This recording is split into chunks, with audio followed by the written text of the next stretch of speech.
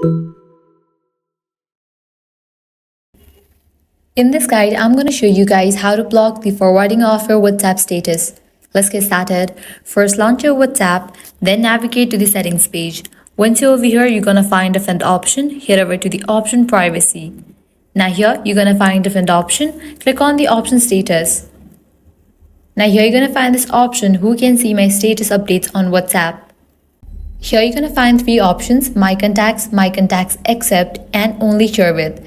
If you choose My Contacts Accept, you can exclude certain people from seeing your status, and those excluded contacts won't be able to forward it.